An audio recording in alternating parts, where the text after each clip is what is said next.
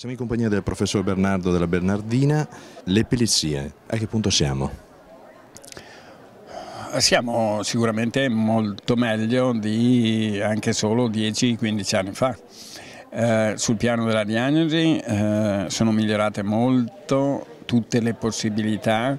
Uno, di fare diagnosi di epilessia differenziandola da condizioni che possono assomigliarle ma che non lo sono. Due, di tipo di epilessia. E in molti casi si riesce a risalire anche alla causa dell'epilessia. Quindi siamo molto meglio messi dal punto di vista terapeutico, nel senso che possiamo cercare di adattare la terapia al tipo di epilessia e al tipo di causa dell'epilessia. Sono migliorate molto anche le tecniche chirurgiche e quindi le possibilità, in alcuni casi, di curare l'epilessia chirurgicamente con risultati ottimi.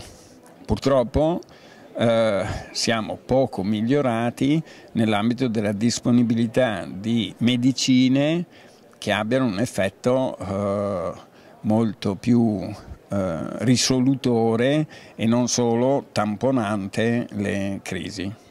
Quali obiettivi si prefigge la ricerca oggi? La ricerca si prefigge di riuscire a mettere a punto dei farmaci che possano essere specifici per i diversi tipi di epilessia e quindi ottenere un risultato percentualmente maggiore. Oggi un 30% dei soggetti con epilessia continua a fare crisi nonostante la terapia, non perché il dottore ha sbagliato la medicina, ma perché il soggetto è farmaco resistente, cioè non risponde ai farmaci. Domani sarà possibile ridurre questa quota di soggetti trovando farmaci specifici non genericamente per l'epilessia, ma per ciascun tipo diverso di epilessia.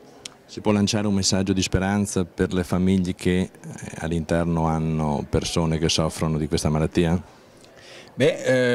Sicuramente sì, con la riserva di ricordare che comunque i progressi, per quanto rapidi, purtroppo non sono dei progressi che saranno molto significativi in pochissimi anni.